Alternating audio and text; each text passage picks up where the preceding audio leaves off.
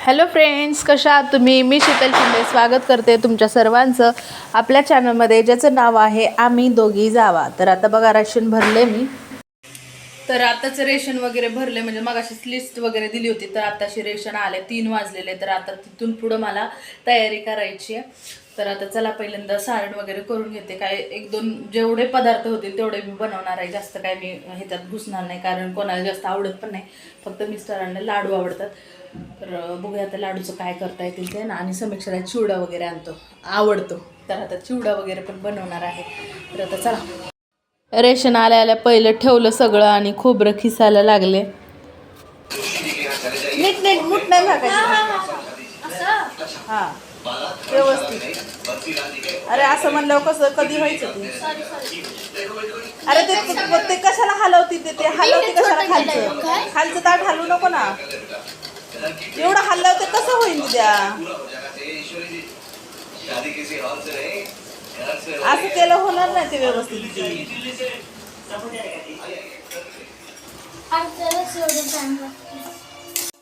तर मी खोबरं खिसत होते, तर समीक्षा म्हटली मम्मा मी खिसते खोबरं. तर माझ्या 1-2 वाट्या खिसून झालत्या. तर ती म्हणली मम्मा मी खिसते, तू तोपर्यंत पुढचं कर. तर म्हणलं ठीक आहे. मी तोपर्यंत रवा भाजायला वगैरे लागले. आणि तिला जास्त काही जमत नव्हतं, कारण पहिल्यांदाच करते खोबरं वगैरे खिसायचं काम.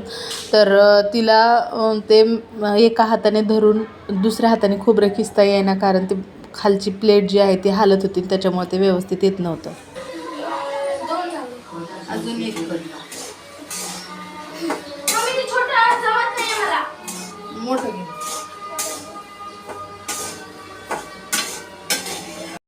तर फायनली दिवाळीला माझी सुरुवात झालेली आहे. पदार्थ वगैरे बनवायला सुरुवात झाली आहे. मागच्या वर्षी माझं दिवाळीच्या आदल्या दिवशी सगळं झालं होतं. म्हणजे दिवाळीच्या दिवशी मी ह्याचे लाडू बनवले, बेसन पिठाचे, जे समीक्षाला आवडतात ते. तर ह्यावेळेस मला काहीच नाही, आता दिवाळी तोंडावर आले तरी पण काहीच नाही बनवून झालं. इकडं जायचं का तिकडं जायचं, हे असं करता करताच ते सगळं राहिलं. आणि मग फायनली आता रेशन वगैरे भरून दिवाळीला स्टार्ट केलेली आहे. तर आता इथं मी सारण बनवायला घेतलेलं आहे. तर रवा वगैरे भाजून झाला, त्यानंतर काजू बदाम आहे ते पण मी भाजून घेतले थोडेसे. त्यानंतर मी खोबरं जे आहे ते पण भाजून घेणार आहे. कधी कधी कोण कोण कच्चं टाकतं, पण मी थोडंसं भाजून घेते आणि त्यानंतर टाकत असते, जेणेकरून त्याची चव चांगली होईल. तर मी अर्धा किलोच्या नाही, पाव किलोच्या थोडंसं वर रवा घेतलेला. त्यानंतर तशीच वाटी जी आहे ती खोबरं घेतले, थोडेसे काजू बदाम घेतले, साखर, पिठी साखर वगैरे ह्याच्यात मी टाकणार आहे. आणि ते अर्धा किलोच्या वर, म्हणजे 1 किलोपर्यंत झालं माझं ते सगळं मिश्रण वगैरे सगळं. तर आता तुम्ही बघू शकता कशा प्रकारे माझं सारण झालेले, दिसताना छान दिसत होतं. आणि ह्याचा रव्याचा कलर पण खूप छान भाजला गेला होता, खूप छान आला होता त्याचा कलर, असा गोल्डन सारखा. आणि त्यानंतर आता मी इथं इलायची पूड वगैरे टाकते. हे टाकून झाल्यानंतर तर खूप सुगंध आला. तर रुपालीला फोन केला, तर तुमचं काय चाललं? तर त्यांनी सकाळपासून, म्हणजे त्यांनी रात्रीच सामानची लिस्ट वगैरे दिली ती, आणि त्यानंतर त्यांनी सकाळपासून सुरुवात केलेली आहे. एकीला दोघी ते सगळं पटापट होतं आहे, कारण रुपाली शंकरपाळ्या बनवायपर्यंत आईने चिवडा वगैरे बनवला. तर माझं अजून दमादमाने माझं चाललेलं आहे. तर आता काय करू शकतो ना आपण. तरी समीक्षाला मी मदतीला घेतलं थोडंसं. समीक्षा माझी लाटून देत होती. मला म्हटलं करंजाचं जे आहे ते अगोदर पूर्ण करून घेऊया, जे किचकट काम आहे ते पूर्ण केल्यानंतर म्हणजे सोपे काम आहे ते मग पटपट होईल, चिवडा, शंकरपाळ्या. तर हे माझ्या करंजा वगैरे चाललेल्या आहेत इकडं बनवायच्या. जास्त मी काय लोड घेतला नाही, थोडंच जेवढं आवडेल मुलांना, नंतर पण करता येईल, पण जेवढं आता होईल माझं आवरेल उरकेल तेवढं मी पटपट करायचा प्रयत्न करते. तर समीक्षा मला लाटा वगैरे लाटून देते इथं. तर मी तिला प्रत्येक थोड्या दिवाळीच्या कामामध्ये इन्व्हॉल्व करण्याचा प्रयत्न करते, की तू हे कर, असं कर, तसं कर, कारण तिला लाटायला भरपूर आवडतात. त्याच्यामुळं मग तिला म्हणलं करशील का? तर म्हटली हां मम्मा मी लाटून देते, तू कापायचं काम कर. तर आता इथं माझं करंज्या आहेत त्या झालेल्या आहेत बनवून, आणि आता मी तळायचं काम करणार आहे. तर माझं थोड्याशा करंज्या जे आहेत त्या थोड्याशा कडक झाल्या का, तर मी आता थोडंसं याच्यामध्ये रवा वगैरे टाकलेला. तर मी कोणाचं तरी बघितलेलं की रवा वगैरे टाकला होता त्याच्यामुळे. तर आता पुढच्या वेळी जेव्हा मी करेल तेव्हा मी फक्त मैदा टाकेल आणि त्यामध्ये मोहन वगैरे घालेल. तर त्यानंतर मग आपल्या करंज्या छान होतील. पण हे दिसायला जरी छान दिसतं तरी थोड्याशा कडक झाल्या, जास्त नाही पण थोड्याशा झाल्या. तर आता छान गोल्डन रंग येईपर्यंत मी ह्या करंज्या ज्या आहेत त्या करून घेतलेल्या आहेत. बघू शकता तुम्ही कलर वगैरे किती छान आला आहे ते. आणि करंज्या तळायला सोप्या आहेत पण करायला खूप किचकट काम आहे हे. आणि शंकरपाळ्यांना उद्या बनवेल, कारण मग तेवढंच पटकन होईल. म्हणजे शंकरपाळ्या तळायला अवघड आणि ह्याला करायला सोप्या आहेत. तर चला आता पटपट मी करून घेते.